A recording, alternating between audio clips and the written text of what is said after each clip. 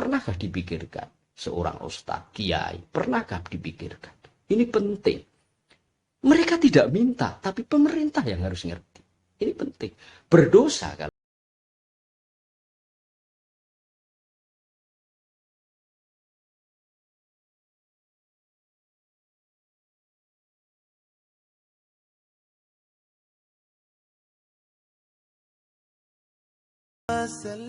Assalamualaikum warahmatullahi wabarakatuh, teman-teman sekalian. Alhamdulillah kita bisa ketemu lewat channel yang sangat sederhana ini. Mudah-mudahan nikmat kesehatan selalu diberikan Allah kepada kita sekalian dan keluarga kita. Teman-teman sekalian, di dalam kesempatan yang lalu kita sudah membahas dampak new normal terhadap sendi-sendi peribadatan. Kali ini kita akan mencoba membahas kebijakan new normal yang berkaitan dengan pendidikan. Teman-teman sekalian, di Indonesia seperti yang kita amati ada dua gerbong pendidikan, yakni pendidikan umum dan pendidikan agama. Dan nanti yang kita fokus bahas pendidikan agama adalah pendidikan pesantren. Nah, ada dua kebijakan yang nampaknya berbeda berkaitan dengan itu. Lewat Kemendikbud, pendidikan umum ini akan dilaksanakan kegiatan belajar mengajar KBM-nya 100% lewat daring, jadi dalam jaringan, memanfaatkan internet lewat online dan media televisi.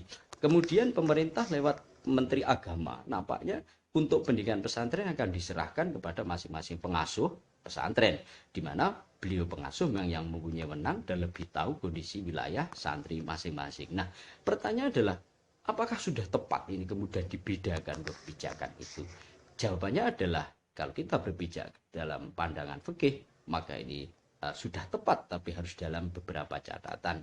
Barangkali ada tiga hal yang kemudian ini membenarkan kebijakannya harus dibedakan. Yang pertama adalah tentang level.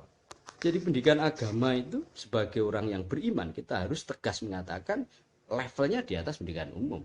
Sehingga kita bisa baca di dalam Al-Qur'annya, umpama wahyu pertama, Iqra bismi rabbikal ladzi khalaq, khalaqal insana min 'alaq. Bacalah wahai Muhammad atas nama Tuhanmu yang menciptakanmu, yakni Allah yang telah menciptakan manusia dari segumpal darah. Nah, dari sini teman-teman sekalian, secara letterlek ini tentang baca membaca, tapi sesungguhnya lebih dari itu. Yakni adalah perintah pendidikan terhadap pendidikan ketauhidan, di mana pendidikan tauhid adalah pendidikan bagian dari pendidikan agama. Bahasa lain adalah pendidikan syariat, karena syariat itu meliputi tiga ilmu besar. Yang pertama adalah ilmu tauhid, yang kedua ilmu fikih, yang ketiga adalah ilmu tasawuf atau ilmu akhlak. Itu kalau kita baca dalam Al-Quran. Jadi levelnya di atas, bukan pertama kali yang disuruh adalah mempelajari ilmu umum, bukan. Kemudian di dalam hadis semisal berkaitan dengan ilmu, tolabul ilmi fardhotun ala kulli muslimin wa muslimatin. Coba dicek di dalam tafsirnya. Al ilmu yang dimaksud adalah ilmu syariat.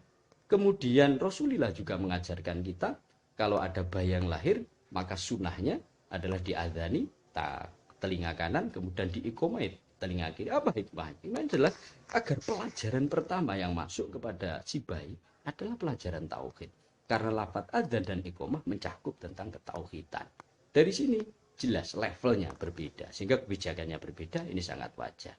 Yang kedua adalah tentang pendidikan agama. Ini tidak semuanya bisa berhasil atau bisa hasil lewat online. Jadi harus lewat luring sebagian, jadi di luar jaringan, jadi harus langsung. Semisal pendidikan Al-Quran, pendidikan Al-Quran ini harus musyafahah, harus ketemu, harus talaki. Jadi mu'alim menyontohkan bagaimana melafadzkan Al-Quran, huruf-hurufnya, makhrajnya ini tepat, sifat hurufnya tepat. Kemudian murid muta'alimnya memperhatikan, kemudian ada tajrib, uji coba terhadap murid, kemudian yang salah dibenahi. Ini tidak mungkin lewat lewat online, jadi harus offline, harus langsung.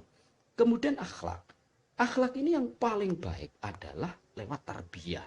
Jadi tarbiyah di dalam pesantren, jadi mengajar dengan tarbiyah berbeda. Tarbiyah harus ada kebersamaan antara yang diajar dengan yang mengajar dengan yang diajar. Sehingga pendidikan akhlak ini sebetulnya di pesantren adalah dengan khaliyah. Khaliyahnya ustadz, khaliyahnya kiai, bagaimana kiai memanage ketika marah, bagaimana cara menerima tamu, bagaimana cara pakai sandal, bagaimana batuknya apa dibaca, dan seterusnya. Sehingga lebih mengena. Sehingga di dalam hadis Rasulullah tentang akhlak, ini hampir semuanya bukan diucapkan oleh Rasulullah, akan tapi dilakukan oleh Rasulullah, kemudian diriwayatkan oleh sahabat. Jadi sehingga ada makalah yang mengatakan bahwa 1.000 orang yang berbicara di hadapan orang satu itu tidak mengena dibanding ya, satu orang kemudian melakukan sesuatu di hadapan 1.000 orang, lebih mengena yang ini, sehingga kemudian dikatakan lisanul hal absohu min lisanil maqal. Jadi haliyah itu di dalam pendidikan, dalam tarbiyah lebih mengena dibanding dengan ucapan. Nah, yang berikutnya adalah teman-teman sekalian, pendidikan umum ini kadang endingnya itu bisa berhasil tanpa lewat jenjang pendidikan umum formal itu ya. Jadi tanpa belajar bisa. Apa endingnya pendidikan umum? Dunia. Jadi tahta, kemudian harta dan jabatan. Sehingga kita bisa melihat banyak orang kaya yang tidak punya pendidikan umum yang tinggi. Bahkan Menteri Kelautan misalnya Bu Puji, dia tidak punya sarjana, tapi luar biasa kaya, berhasil, jabatannya tinggi. Bapak Surya almarhum yang pendiri Gudang Garam, sudah kalau kita baca sejarah juga tidak sekolah gitu ya. Nah, berbeda dengan ending dari pendidikan agama. Pendidikan agama endingnya apa? Dia jadi orang soleh, kemudian bisa muslim karena kedalaman agamanya. Jadi tidak hanya baik untuk dirinya, keluarganya, tapi dia bisa islah, bisa muslim kepada orang lain, islah kepada orang lain, yang kemudian disebut ulama, ustadz dan lain sebagainya. Sehingga mereka-mereka yang tidak sekolah dengan betul di dalam pendidikan agama, kemudian ngaku-ngaku orang alim, ustadz, ini tentu dia akan suatu saat akan kebingungan karena nggak bisa belajar lewat Google, ini tidak bisa. Sehingga pernah heboh ada orang mengajar Al-Quran, membicarakan tentang tafsir Al-Quran di televisi, disaksikan jutaan orang, nulis 2 baris saja lebih 10 yang salah. Kemudian ada orang yang mencoba membahas gramatika Arab, katanya kafaroyu kafiru kufron gitu, jadi bahwa kafirun, padahal kalau kafaroyu kafiru takfirun, pernah heboh. Kemudian ada yang membahas esensinya kafir dan kufar itu berbedanya gitu. Padahal kafir itu makna tunggalnya, lafaz tunggalnya, kemudian lafaz jamaknya kufar sama. Jadi tidak bisa disembunyikan, tidak bisa instan kalau ending daripada pendidikan agama. Sehingga banyak mereka ustadz itu kita prihatin begitu karena dia instan di dalam belajar ilmu agama tidak lewat pesantren. Yang terjadi adalah kedangkalan ilmu, sehingga yang terjadi bukan islah terhadap umat, tapi sering memprovokasi dan sebagainya. Nah, teman-teman sekalian, dengan demikian saya kira kebijakan yang berbeda ini saya kira tepat, tapi dengan beberapa catatan. Di antaranya apa? Kebijakan pemerintah. Pemerintah harus hadir. Pendidikan umum umpama sudah kan memikirkan ketika itu daring, masyarakat yang mayoritas masih miskin ini kemudian disediakan tentang dana paketan internetnya. Ini sangat penting, gurunya sudah dipikirkan. Kalau sekarang tenaga kesehatan luar biasa, ada tambahan gaji penghasilan di tengah-tengah Covid. Bagaimana dengan pahlawan tanpa jasa para guru ini? Kemudian pesantren, sudahkah dari sekian ada 5 lebih bantuan sosial terdampak Covid? Pernahkah dipikirkan seorang ustadz, kiai? Pernahkah dipikirkan? Ini penting. Mereka tidak minta, tapi pemerintah yang harus ngerti. Ini penting. Berdosa kalau tidak itu dipikirkan. Sudahkah nanti dipikirkan juga ketika ini luring di luar jaringan, langsung santri ada di pondok pesantren, disediakan ketersediaan tenaganya. Kemudian adakah bantuan disinfektan dan untuk penyemprotan virus dan bakteri, masker. Ini saya kira sangat penting.